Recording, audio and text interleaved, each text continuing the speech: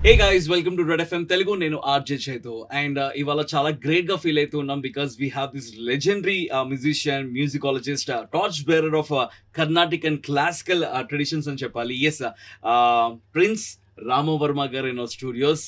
Hello sir, how do you welcome to Red FM once again. Thank you అండి. So prince Rama Varma గారి గురించి ప్రత్యేకంగా చెప్పనవసరం లేదు. కర్ణాటిక్ మ్యూజిక్ అండ్ మ్యూజిక్ సంబంధించిన వాళ్ళందరికీ కూడా బాగా తెలుసు బికాజ్ రాయల్ ఫ్యామిలీ నుంచి కాబట్టి. సో చాలా ఇంట్రెస్టింగ్ విషయాలు అడిగి తెలుసుకుందాం ఇవాళ ఈ పాడ్కాస్ట్ లో. So please keep watching. Let's talk about your first memory of music growing up in the royal family. My mother's mother, she was called Amma Maharani. She was the mother of the last Maharaja of Travancore, and for her the two passions were music and food. So she was a phenomenal cook herself and a very, very great patron of arts. I mean, you think of big names like M.S. Subbalakshmi or Semangri Srinivasaya, or even from the West, Yehudi Menuhin, the violinist, or Pandit Ravishankar, Ustad Allah Rakha. They've all been guests at our home thanks to this one lady. Her name was Setu Parvati Bai. She was my mother's mother, and she was alive till I was around 13 years old. So as long as she was alive, the palace was filled with music all the time. And my father and sister, they collected records of old Hindi film songs. Gurudutt, Raj Kapoor, Devanand, Dilip Kumar, from that. Mostly black and white. My sister was a modern girl who would buy the latest records, which will be Rajesh Khanna and Amitabh Bachchan from 1972, 73, 74. So I, like water or oxygen, I needed music all the time. So I would wait for them to play the record because I had no access to a music system. Whenever they played music, I'll stop everything else and just go and sit. I mean, some children are very restless. They will be jumping around. For me, if you play music, even now, whole day I can just sit without moving and listen. So that is how it started. How has the heritage shaped your approach to music and technical? What do you say? Because of this, because I used to listen to classical music at the Navaratri Mandapam and in my great grandmother's house room, and Hindi film songs and Western. My father traveled a lot. So if he goes to a place like Madagascar, he'll buy a record of the local music.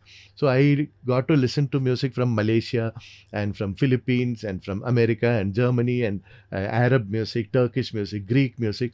I don't know any of the languages, but I would listen. For me, it was all the same. Whether I listened to Hemant Kumar or Kishore Kumar or M.D. Ramanathan or Fairuz, it didn't matter. It was all just music. So even now, though I am defined as a South Indian classical Carnatic musician, I have equal love and equal respect for Hindustani classical music, for light music, for devotional songs, for bhajana, for Western music. It's all same.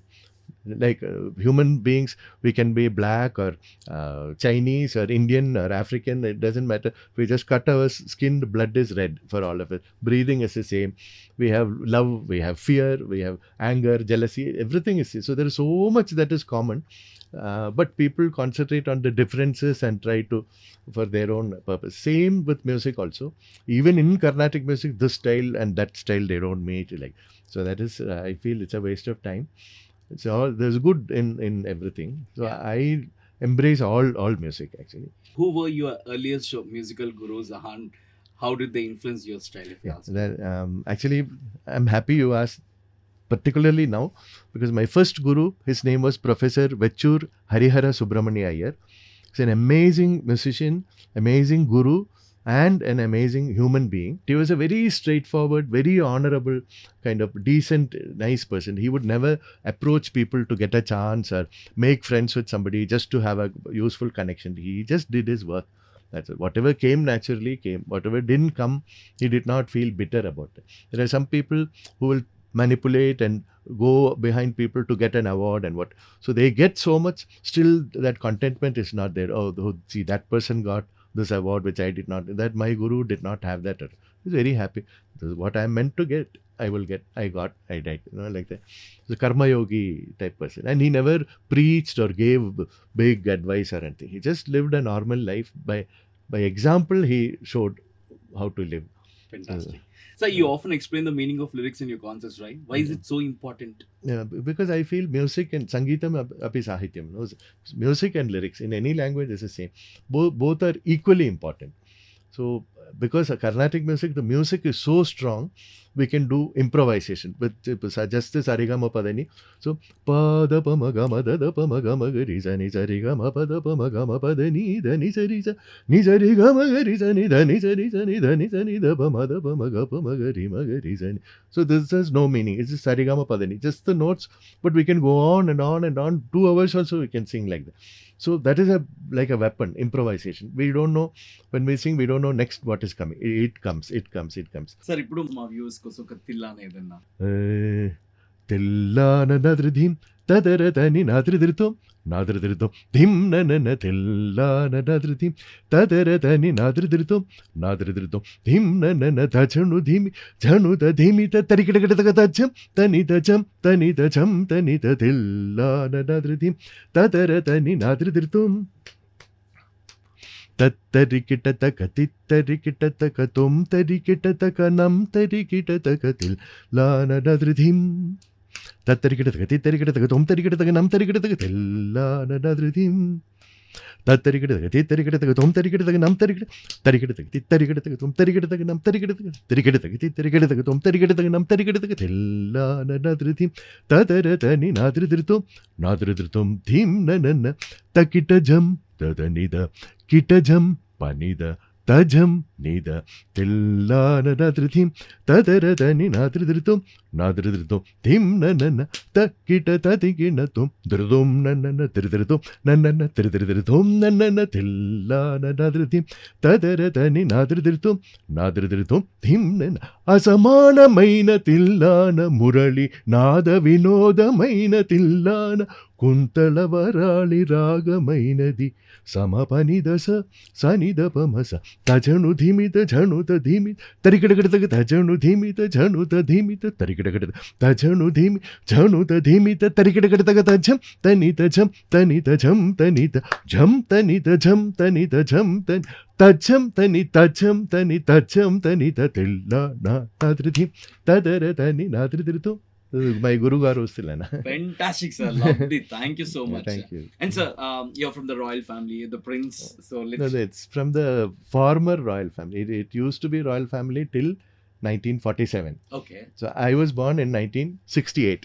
So 21 years after that, we had some royal people like the Maharaja Thirunal Rama Varma. He was alive till 1991. So because of that, individuals like that, the family is perceived as royal, but legally all that doesn't exist now. So in my case, when I first started singing, they used to put His Highness Sri Padmanabha Dasa Aswathi Thirunal Rama Varma. That is how. So my name would take 3 lines to print.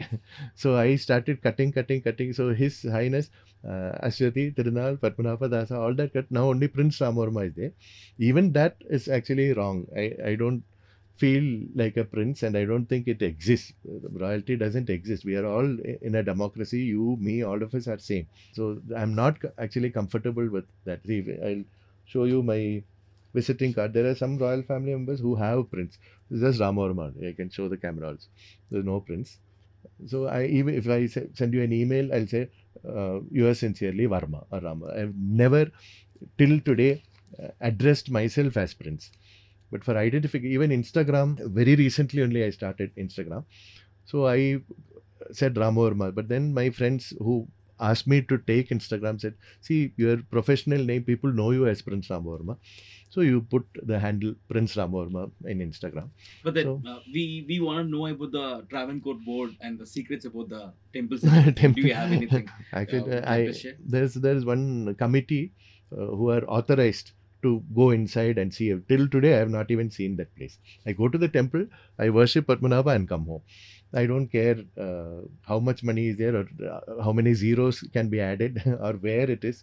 In fact, I used to pass by that from the time I was a child. I never knew that, oh, this is the place. There's a kallara or like a stone vault which has so much money.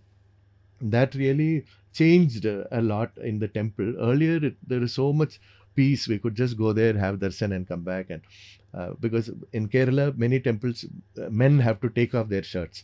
So that itself is a big restriction. Many people don't want to take off their shirt. Because of that, crowds were not very big, except during the Ayyappa season. November, December. January 14th is Sankranti. So before that 40 days, lot of Ayyappas used to come. Then Navaratri time, the Utsavam time, we had big crowds. But otherwise it was a peaceful, quiet temple where some people would even use the temple for morning walk. They'll just do Pradakshinam. So you get Punyam and you get exercise also, like that. But after the wealth was discovered, the whole atmosphere changed in a very unfortunate way. So I feel connected to Sri Padmanabha. We are Padmanabha Dasas.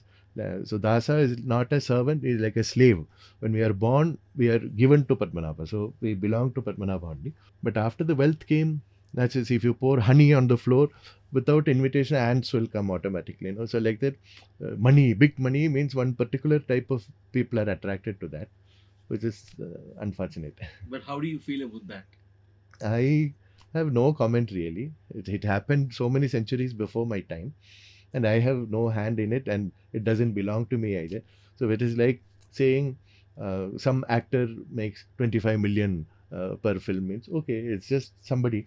So this temple, we are trustees, not me, but some family members.